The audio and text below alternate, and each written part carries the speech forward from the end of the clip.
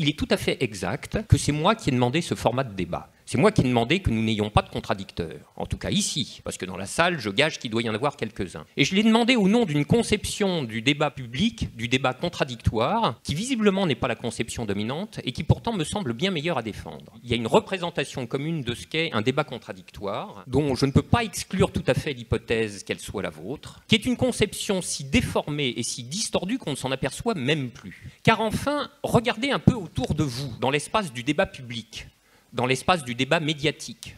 Et qui voyez-vous? Qui voyez-vous depuis 30 ans? Toujours les mêmes bobines.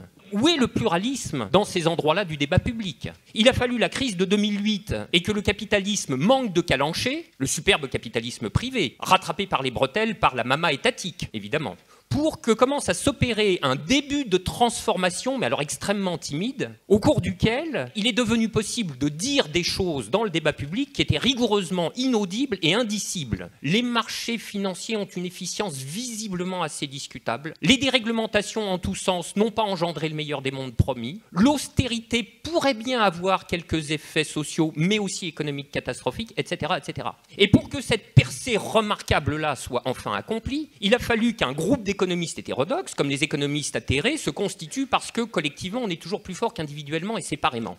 Alors oui, le pluralisme façon un cheval, une alouette, c'est-à-dire 2% de temps de parole aux économistes atterrés et 98% aux crétins gyroscopiques qu'on retrouve en permanence à C'est dans l'air ou dans tous les débats, ça suffit.